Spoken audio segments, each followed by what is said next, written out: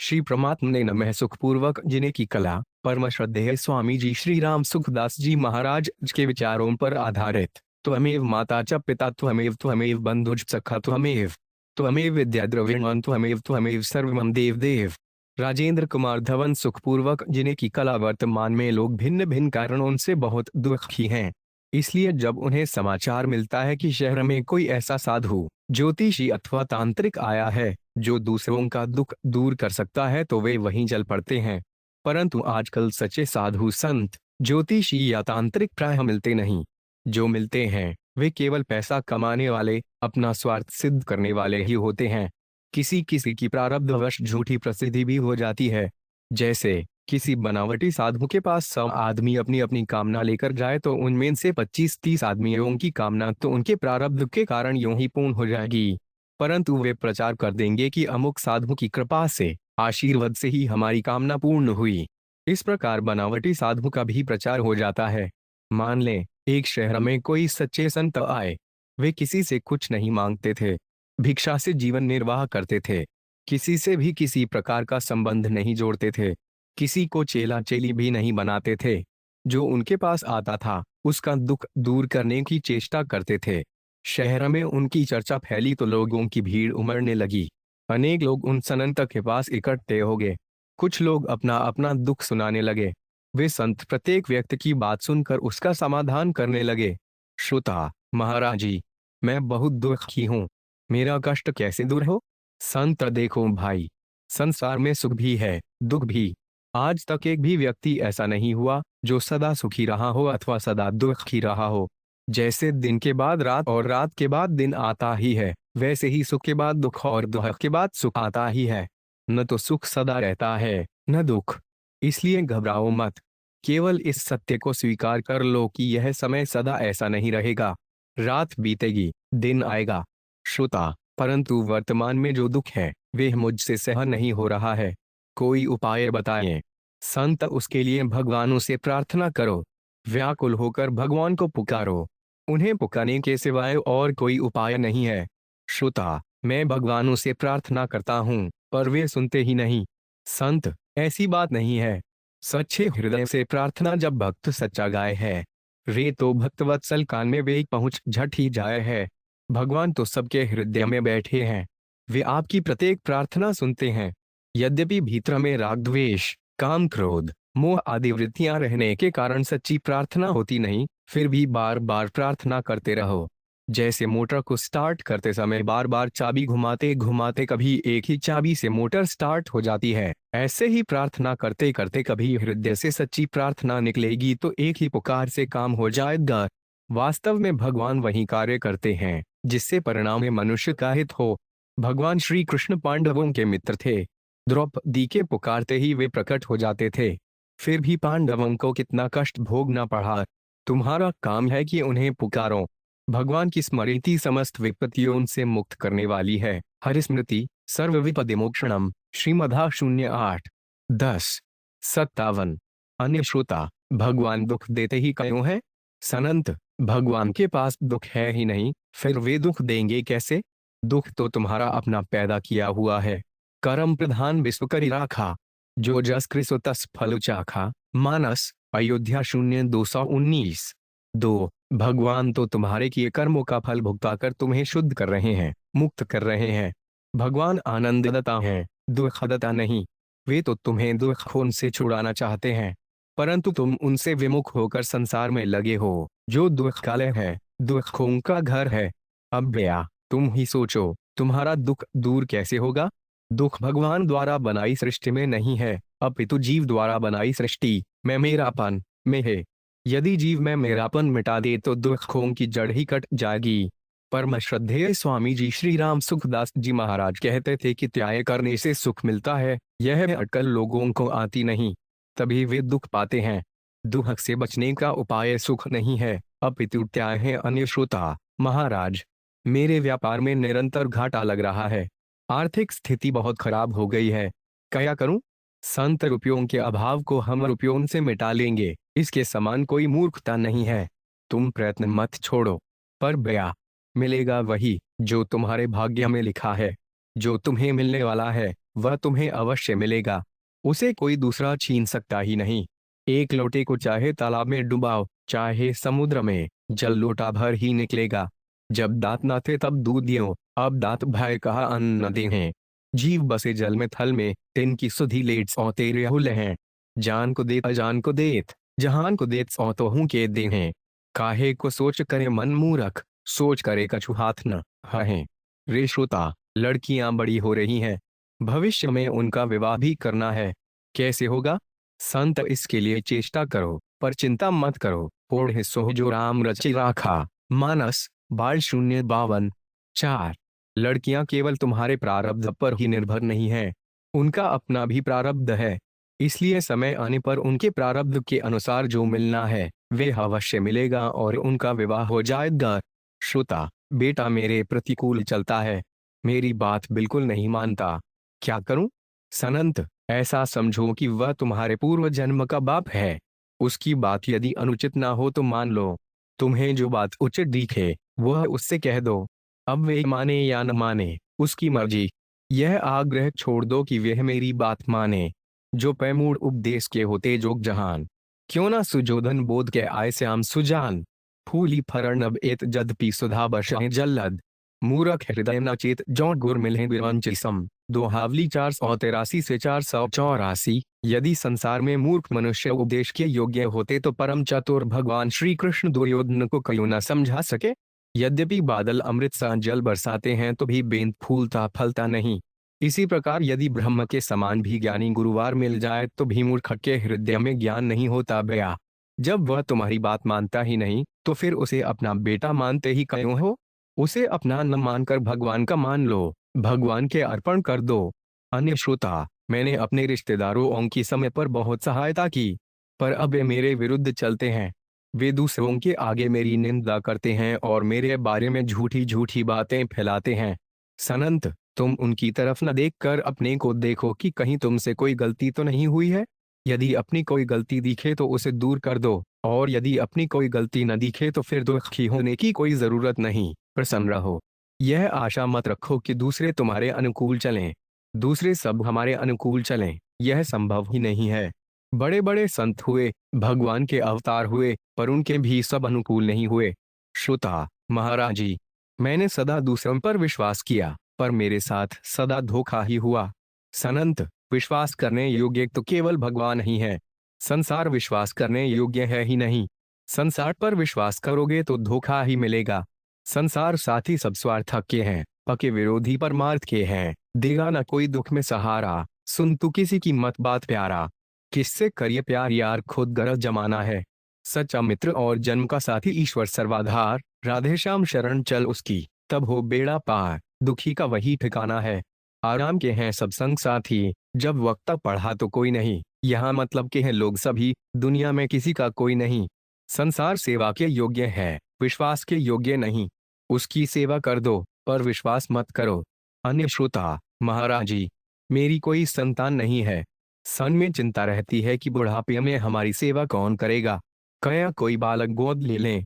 सनंत, संसार में देखो, जिनकी संतान है वे सब सुखी हैं क्या?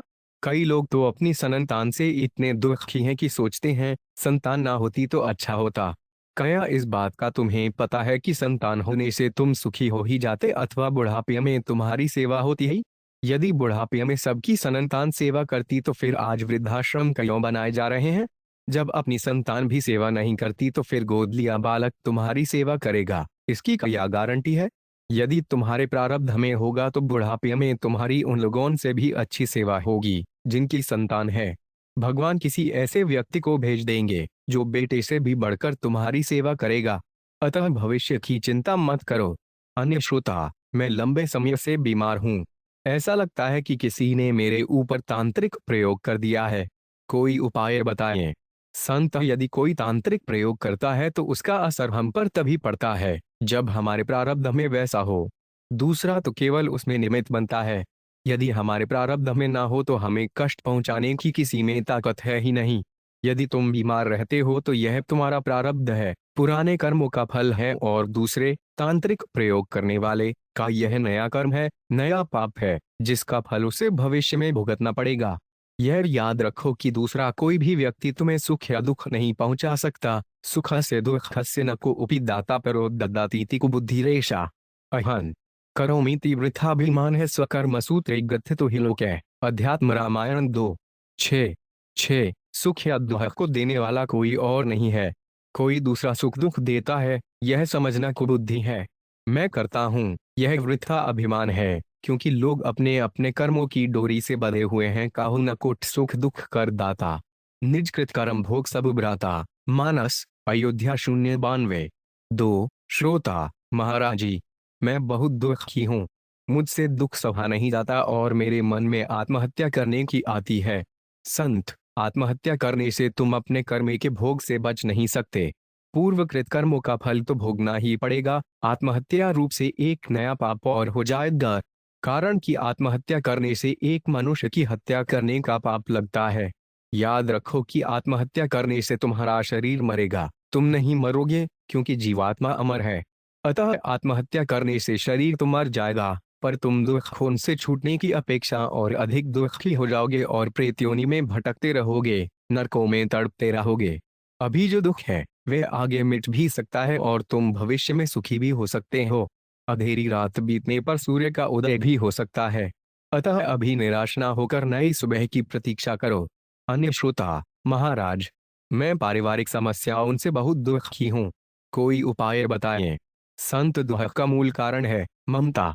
जिन वस्तुओं और व्यक्तियों में हमारी ममता है, उन्हीं के बनने बिगड़ने का असर हम पर पड़ता है। संसार में असंख्य वस्तुएं और व्यक्ति हैं, पर उनके बने बिगड़ने, जीने मरने आदि का असर हम पर नहीं पड़ता। इसलिए किसी भी वस्तु व्यक्ति में ममता मत करो, फिर दुख नहीं आएगा। विचार करो, जितनी भी वस्तुएं और व्यक्ति हैं, वे सब के सब नदी नाव संयोग की तरह मिलने बिछुड़ने वाले हैं। पहले वे हमारे साथ नहीं थे, पीछे वे हमें मिल गए, और भविष्य में वे सदा हमारे साथ नहीं रहेंगे। एक दिन वे हमसे बिछुड़ जाएंगे अथवा हम उनसे बिछुड़ जाएंगे। प्रायः मनुष्य अपने खराब स्वभाव के कारण दुख पाता है, अतः अपना स्वभाव सुंदर बनाओ। अन्य श्रोता, मैं बूढ़ा हो गया हूँ, काम करने में असमर्थ हूँ, मेरे बेटे मेरी सेवा नहीं करते, वे मेरी बात नहीं मानते, उल्टे मेरा तिरस्कार करते हैं, मुझे क्या करना चाहिए? सनत यूनान के प्रसिद्ध दार्शनिक सुकरात एक बार भ्रमण करते हुए किसी शहर में पहुंचे। वहां उन्हें एक वृद्ध व्यक्ति मिला। सुकरात ने उससे व्यक्तिगत जीवन के विषय में पूछा। वह वृद्ध व्यक्ति बोला, मैं अपना पारिवारिक उत्तरदायित्व अपने पुत्रों को देकर निश्चिंत हूँ।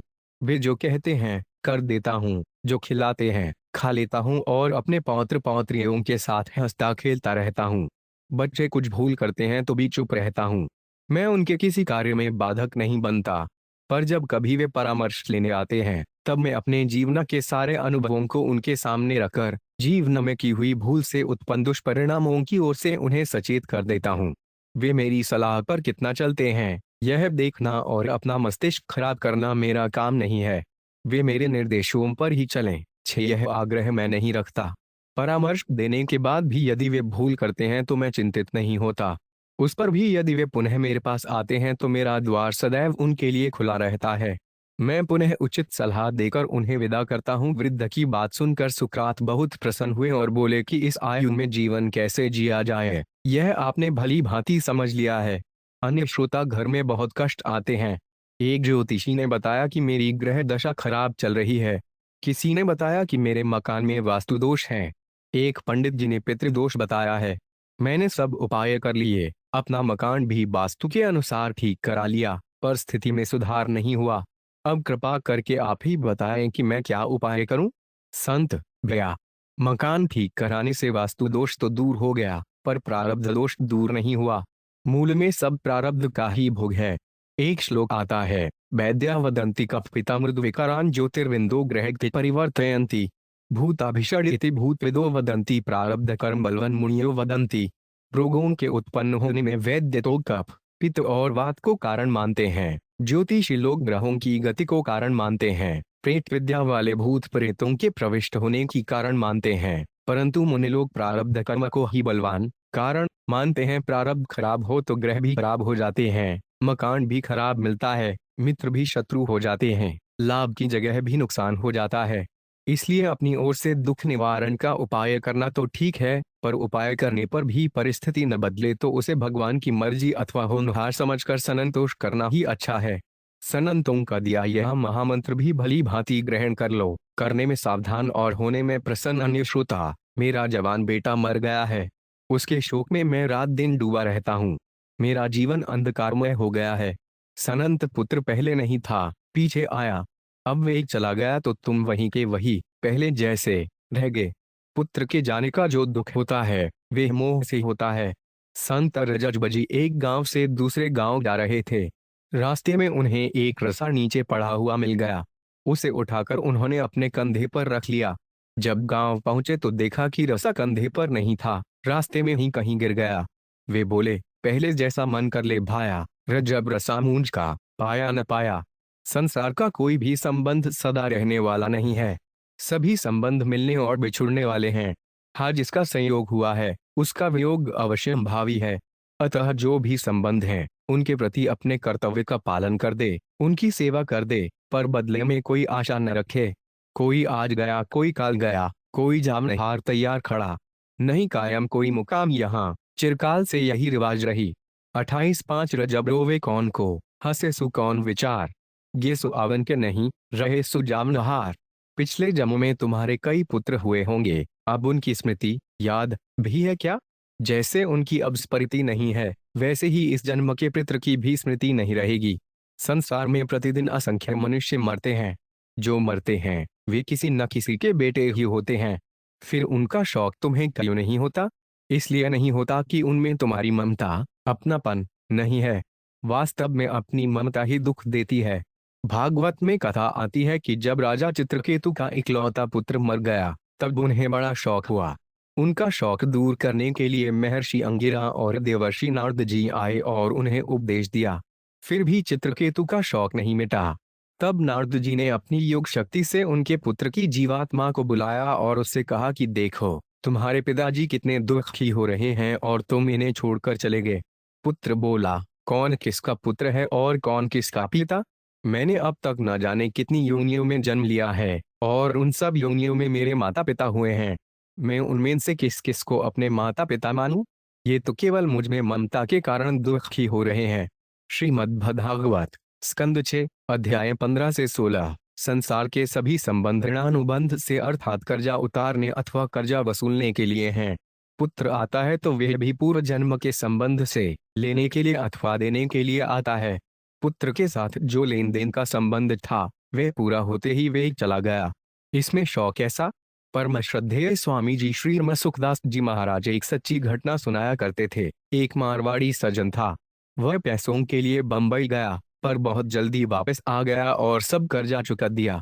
लोगों के मन में आश्चर्य हुआ कि यह इतनी जल्दी कैसे पैसे कमा कर ले आया। उसका एक लड़का हुआ। वह बड़ा हुआ तो उसका विवाह कर दिया। विवाह करने के बाद वह बीमार हो गया। एक रात वह बहुत ज्यादा बीमार हो गया। उसके पास कई लोग बैठे थे कि न जाने कब प्राण चले जाए। लड़के की स्थिति ज्यादा खराब देखकर उसका पिता रोने लग गया। जवान लड़का हो और विवाह हो चुका हो तो उसके मरने का दुख ज्यादा होता है। पिता को रोते देख वह लड़का बोला कि अब रोने से क्या होगा? अमुक दिन तुम यहाँ से गए थे, तुम्हें रास्ते में एक बंगाली मिला। उसके पास लगभग 10,000 रुपए थे।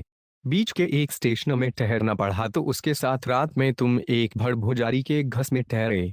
रात में तुम और भड़भुजारी दोनों ने मिलकर उस बंगाली को मार दिया और उसके सब रुपए ले लिए। लड़के की बातें सुनकर वहां बैठे लोग आपस में एक दूसरे को देखने लगे कि बात तो यह ठीक दिखती है, क्योंकि सबके मन में पहले से आठ ही यह शंका थी कि यह इतनी जल्दी रुपए कहाँ से लाया। फिर वह लड़का बोला कि मैं वही बंगाली हूँ और बदला लेने के लिए ही इसके घर में जन्मा हूँ। अभी भी कुछ कर्जा बाकी है, उसको लेने मैं एक बार फिर आऊंगा, ब्याज सहित सब कर्जा लूंगा। वहां बैठे किसी आदमी ने कहा कि यह बेचारी बनी एक ही बेटी विधवा हो जाएगी, इसका क्या कसूर? यह सुनते ही वह लड़का तेजी से बोला कि वही यह रॉड भड़भुजारी है। इन दोनों ने मिलकर मेरे को मारा था, अब यह जन्म भर दुख पाएगी। लड़के की बातें सुनकर उसका पिता बोला कि यह सतनी पाठ में बेहोशी में बोलता है। उसका लड़का तेजी से बोला कि मैं सन्निपात में नहीं बोलता हूँ, सच्ची बातें कहता हूँ। अभी बगलों के घर में दीवार फोड़कर 4 चोर चोरी कर रहे हैं, जाकर देख लो। अगर यह बात सच्ची है तो मेरी बात भी सच्ची है। उस समय तो वहां कोई गया नहीं, पर सुबह लोगों ने देखा तो चोरी की बात सच्ची निकली। अन्य श्रोता: महाराज, संपत्ति को लेकर मेरा भाई उनसे झगड़ा चल रहा है। भाई लोग उस संपत्ति पर भी कब्जा करना चाहते हैं जिस पर मेरा हक बनता है। आप बताएं कि मुझे क्या करना चाहिए। सनंत: तुम्हारे भाई तो उस संपत्ति को लेकर अंधे हो रहे हैं जो उनके पास भी सदा नहीं रहेगी, एक दिन बिछुड़ जाएगी। पर तुम तो अपनी आंखें खुली रखो। प्रेम जितना मूल्यवान है उतनी संपत्ति मूल्यवान नहीं है। प्रेम के लिए यदि कुछ नुकसान भी उठाना पड़े तो कोई घाटा नहीं है। अगर वे अन्यायपूर्वक अधिक संपत्ति पर कब्जा करते हैं तो भी तुम्हें चिंता करने की जरूरत नहीं। जो तुम्हारे भाग्य में है वह तुम्हें मिलेगा ही, उसे तुमसे कोई छीन सकता ही नहीं। प्राप्तव्यमर्थ लभते मनुष्य देवोष्पित लड्ढई तो न शक्तः तस्मान शोचामि न विस्मयो में यदस्मदीयन्नाहि तत्परेशाम। पर्णतंत्र 2 113 गरुड़ पुराण आचार 0 113 32। प्राप्त होने वाली वस्तु मनुष्य को मिलती ही है, विधाता भी उसको रोकने में समर्थ नहीं है। इसलिए न तो वस्तु न मिलने पर मैं शौक करता हूँ और न वस्तु मिलने पर मुझे आश्चर्य ही होता है, क्योंकि जो वस्तु मेरी है उसे दूसरा कोई नहीं ले सकता। संपत्ति का बंटवारा तो हो सकता है पर भाग्य का बंटवारा नहीं हो सकता। परिणाम में दूसरे का हक मारने वाला व्यक्ति दुख ही पाता है। हो सकता है कि भाई उनसे अलग होने पर तुम्हें भविष्य में इससे भी अधिक लाभ हो जाए। कुछ देर शांत रहने के बाद संत बोले, अब आप सभी भाई बहन ध्यान से सुने। हमें यह मनुष्य शरीर पूर्व जन्मों में किए कर्मों का फल भोग कर अपना कल्याण करने के लिए मिला है। अतः जब तक शरीर है तब तक अनुकूल प्रतिकूल सुखदायी दुखदायी परिस्थितियां आती ही रहेंगी, रोग आते ही रहेंगे। इनसे कोई बच सकता ही नहीं। इतिहास को देखें तो आज तक ऐसा कोई भी व्यक्ति नहीं हुआ जिसके जीवन में केवल सुखदायी अथवा केवल दुखदायी परिस्थिति ही आई हो। सुखदायी और दुखदायी दोनों परिस्थितियां सबके जीवन में आती हैं, परंतु उनमें सुखी दुखी होना या नहीं होना हमारे हाथ की बात है। इसलिए कहा है, देह धरे का दंड है, सब काहू को होए। ज्ञानी भुगते ज्ञान ते, मूर्ख भुगते रोए। ज्ञानी लोग उसी प्रतिकूल परिस्थिति को हंसकर सहते हैं, मूर्ख लोग रोकर सहते हैं। आप लोग भी यदि चाहें तो इन दो बातों पर विचार करके अपनी मूर्खता, अपना दुख मिटा सकते हैं। जो भी प्रतिकूल परिस्थिति आई है वह सदा नहीं रहेगी। 2 प्रतिकूल परिस्थिति हमारे पापों का फल है, इसलिए उसे भोग लेने से हमारे पाप कट जाएंगे, हम शुद्ध हो जाएंगे, सुखी हो जाएंगे। पहली बात पर विचार करें तो इस संसार में कोई भी परिस्थिति सदा रहने वाली नहीं है। दिन के बाद रात और रात के बाद दिन आता ही है। सर्वे क्षयांता निचरया पत्नानतः समुच्छुया संयोगा विप्रयोगांता मरणांत चर्जीवितम। वाल्मीकि 2 1075 16 महाभारत आष्ट 044-19 आदि समस्त संग्रहों का अंत विनाश है, लौकिक उन्नतियों का अंत पतन है, संयोगों का अंत वियोग है और जीवन का अंत मरण है। इसलिए जो परिस्थिति आए उसका सदुपयोग करें। सदुपयोग कैसे करें? अनुकूल परिस्थिति आने पर दूसरों की सेवा करें और प्रतिकूल परिस्थिति आने पर सुख की इच्छा का त्याग करें। जो दूसरों को सुख पहुंचाता है और जो सुख की इच्छा का त्याग कर देता है वे कभी दुखी नहीं होता। दूसरी बात पर विचार करें तो प्रत्येक प्रतिकूल परिस्थिति हमारे पूर्वकृत पापों का फल है।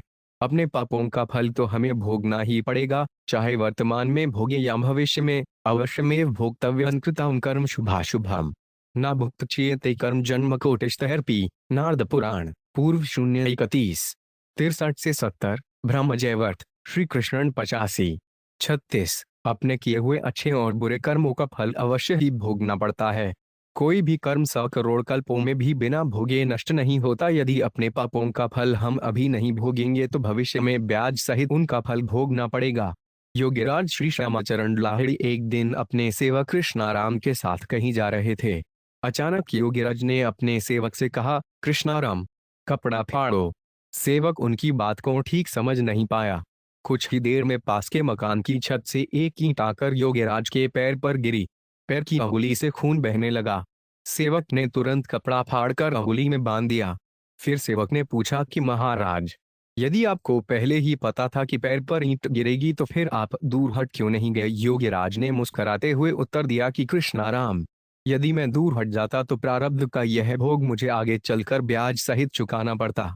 ऋण जितनी जल्दी चुक जाए उतना ही अच्छा है। 10 मानव सेवा संघ के प्रवर्तक पूज्यपाद स्वामी श्री शरणानंद जी महाराज कहते थे, छूट के जाने से किसी का अमंगल नहीं होता और दुख के आने से किसी का अहित नहीं होता। इसलिए भगवान के भक्त सांसारिक प्रतिकूलता को विपत्ति न मानकर भगवान के विस्मरण को ही विपत्ति मानते हैं। कह हनुमंत बित्ती प्रभु सोई, जब तब सुमिरन भजन न होई। मानस सुंदर 032। आइए सब मिलकर सूरदास जी का यह पद गाएं। भावी काहू सौमन टरै, कहूँ वह राहु, कहाँ वह रवि शशि, आनी सजोग परै। मुनि वशिष्ठ पंडित अति ज्ञानी, रचि पची लगन शरे। तात मरन से हरन, राम बन बपुरधर बिप्ति भौराय। रावण जीति कोटि 33, त्रिभुवन राज करै। मृत्यु ही बांधी कृप में राख, भावी बसु मरै। अर्जुन के हरि हुते सारथी, सो उबन निकरै। दुपद सुता कौराज सभा, दुशासन चीर हरै। हरिचंद सो को जगदाता, सो घर नीच भरै। जो गृह छाड़ी देश बहुधावै, तू वह संग फिरै। भावी के बस 3 लोक हैं, सुर नर देह अधरै। सूरदास प्रभु रची सुछे है, को करी सोच मरै। होनहार किसी से भी टलती नहीं, कहाँ वह राहु और कहाँ वे सूर्य चंद्र। बहुत दूरी है उनमें, पर उनका भी ग्रहण के समय संयोग हो जाता है। वशिष्ठ मुनि बड़े विद्वान तथा ज्ञानी थे और उन्होंने बड़े परिश्रम से राज्याभिषेक का मुहूर्त निकाला, किंतु परिणाम यह हुआ कि दशरथ जी का मरण हो गया, सीता जी का हरण हो गया और राम को वनवासी वेश धारण करके वन में कष्ट झेलने पड़े। रावण ने 33 कोटि देवताओं को जीत लिया था और त्रिलोकी पर राज्य कर रहा था। उसने मृत्यु को भी बांधकर कुएं में डाल रखा था, किंतु होनहारवश वह भी मारा गया। अर्जुन के तो स्वयं भगवान श्री कृष्ण सारथी थे, पर उन्हें भी वनवास भोगना पड़ा। द्रौपदी श्री कृष्ण की परम भक्ता थीं, पर राजसभा में दुशासन ने उनका वस्त्र खींचा। संसार में राजा हरिश्चंद्र के समान कौन दानी होगा, पर उन्हें भी नीच चांडाल के घर नौकरी करनी पड़ी। यदि कोई अपना घर छोड़कर दूसरे अनेक देशों में घूमता फिरे, तो भी प्रारब्ध उसके साथ ही घूमता है, उसका पीछा नहीं छोड़ता। तीनों लोकों में देवता, मनुष्य और जितने भी देहधारी हैं, सभी होनहार के वश में हैं। अतः सूरदास जी कहते हैं कि प्रभु ने जो विधान कर रखा है वही होगा। फिर चिंता करके कई मरे संत वाणी। परम श्रद्धेय स्वामी जी श्री राम सुखदास जी महाराज, जो होने वाला है वे तो होकर ही रहेगा और जो नहीं होने वाला है वे कभी नहीं होगा, चाहे उसकी कामना करें या न करें। जैसे कामना न करने पर भी प्रतिकूल परिस्थिति आ जाती है, ऐसे ही कामना न करने पर अनुकूल परिस्थिति भी आएगी ही। यदि वस्तुओं की इच्छा न रहे तो जीवन आनंदमय हो जाता है, और यदि जीने की इच्छा न रहे तो मृत्यु भी आनंदमय हो जाती है। जीवन तभी कष्टमय होता है जब वस्तुओं की इच्छा करते हैं, और मृत्यु तभी कष्टमय होती है जब जीने की इच्छा करते हैं। मनुष्य प्रतिकूल घटना को चाहता नहीं, करता नहीं और उसमें उसका अनुमोदन भी नहीं रहता, फिर भी ऐसी घटना घटती है तो उस घटना को उपस्थित करने में कोई भी निमित्त क्यों न बने, और वे भी भले ही किसी को निमित्त मान ले, पर वास्तव में उस घटना को घटाने में भगवान का ही हाथ है, भगवान की ही मर्जी है। यह सर्वज्ञ, सर्वसुहृद, सर्वसमर्थ भगवान का विधान है कि पाप से अधिक दंड कोई नहीं भोगता, और जो दंड मिलता है वे किसी न किसी पाप का ही फल होता है। पापों से पुण्य नहीं कटते और पुण्यों से पाप नहीं कटते। हाँ, अगर मनुष्य पाप काटने के उद्देश्य से प्रायश्चित रूप से शुभ कर्म करता है तो उसके पाप कट सकते हैं। अभी पुण्यात्मा जो दुख पा रहा है, यह पूर्व के किसी जन्म में किए हुए पाप का फल है, अभी किए हुए पुण्य का नहीं। ऐसे ही अभी पापात्मा जो सुख भोग रहा है, यह भी पूर्व के किसी जन्म में किए हुए पुण्य का फल है, अभी किए हुए पाप का नहीं। सृष्टि की प्रत्येक वस्तु, व्यक्ति आदि प्रतिक्षण नाश की ओर जा रहे हैं। हम जिस वस्तु, व्यक्ति आदि में सुंदरता, बलवत्ता आदि विशेषता देखते हैं, वे एक दिन नष्ट हो जाते हैं। अत सृष्टि की प्रत्येक वस्तु मानो यह क्रियात्मक उपदेश दे रही है कि मेरी तरफ मत देखो, मैं तो रहूंगी नहीं, मेरे को बनाने वाले की तरफ देखो। मेरे में जो सुंदरता, सामर्थ्य, विलक्षणता आदि दिख रही है, यह मेरी नहीं है, प्रत्युत उसकी है। जो चाहते हैं वह ना हो और जो नहीं चाहते वे हो जाए, इसी को दुख कहते हैं। यदि चाहते और नहीं चाहते को छोड़ दें तो फिर दुख है ही कहाँ। दुख को मिटाने के लिए सुख की इच्छा करना दुख की जड़ है। यह सिद्धांत है कि जो खुद दुखी होता है वही दूसरों को दुख देता है। दूसरों को दुख देने पर उनका, जिनको दुख दिया गया है, तो वही नुकसान होता है जो प्रारब्ध से होने वाला है, परंतु जो दुख देते हैं वे नया पाप करते हैं, जिसका फल नरक उन्हें भोगना श्र हो पड़ता है। कर्म बाहर से किए जाते हैं, इसलिए इन कर्मों का फल भवबाहरकों परिस्थिति के रूप में दो प्राप्त होता है। परंतु उन परिस्थितियों से जो सुख दुख होते हैं वे भवतर होते हैं। इसलिए उन परिस्थितियों में सुझाव तथा दुखी होना शुभाशुभ कर्मों का अर्थात प्रारूध का फल नहीं है, प्रत्युत अपनी मूर्खता का फल है। हम यहाँ के जन्म के वाले संसार के नहीं हैं। यह हमारा देश नहीं है। हम इस देश के नहीं हैं। यहाँ की वस्तुएं हमारे नहीं हैं। हम इस वस्तुओं के नहीं हैं। हमारे ये कुटुंबी नहीं हैं। हम इन कुटुंबियों के नहीं हैं। हम तो केवल भगवान के हैं और भगवान हो हमारे हैं। दाशगामु सज्जी कोई है प्रगलित 3 श्री परमात्मनन में परम श्रद्धेय स्वामी जी श्री राम सुखदास जी महाराज की वाणी पर आधारित गीता प्रकाशन का शीघ्र कल्याणकारी साहित्य 1 संजीवनी सुधा गीता साधक संजीवनी पर आधारित शोधपूर्ण पुस्तक 2 सीमा के भीतर असीम प्रकाश मार्मिक प्रवचनों का सार संग्रह 3 बिंदु में सिंधु मार्मिक प्रवचनों का सार संग्रह 4 नए रास्ते नई दिशाएं मार्मिक प्रवचनों का सार संग्रह 75 अनंत की ओर मार्मिक प्रवचनों का सार संग्रह 6 स्वाति की बूंदे मार्मिक प्रवचनों का सार संग्रह 7 अनुभव वाणी चुने हुए अनमोल वचन अंग्रेजी भाषांतर सहित 8 सहज गीता अंग्रेजी में भी नए पाठकों के लिए साधक संजीवनी के अनुसार गीता का सरल हिंदी में भावार्थ 9 हे नाथ मैं आपको भूलूं नहीं गुजराती व अंग्रेजी में भी इस प्रार्थना के रहस्य तथा महत्व का अद्भुत वर्णन 10 कृपामी भगवद गीता गुजराती में भी गीता की महिमा और उसकी विलक्षणता का वर्णन 19 लक्ष्य अब दूर नहीं गुजराती में भी परमात्मा प्राप्ति के विविध सुगम साधनों का अनूठा संकलन 12 सहज समाधि भली गुजराती में भी चुप साधन का विस्तृत विवेचन 13 अपने प्रभु को पहचाने भगवान के समग्र रूप का विस्तृत विवेचन 14 एक संत की अमूल्य शिक्षा क्या करें क्या न करें 217 विलक्षण संत विलक्षण वाणी पर शून्य श्री स्वामी जी महाराज की वसीयत सहित 16 गोरक्षा हमारा परम कर्तव्य 17 क्या करें क्या न करें आचार व्यवहार संबंधी शास्त्र वचनों का अनूठा संग्रह 18 भवन भास्कर परिशिष्ट सहित वास्तुशास्त्र की महत्वपूर्ण बातें 19 सुखपूर्वक जीने की कला सर्वोपयोगी प्रश्नोत्तर 20 क्या आप ईश्वर को मानते हैं साधकों के लिए चेतावनी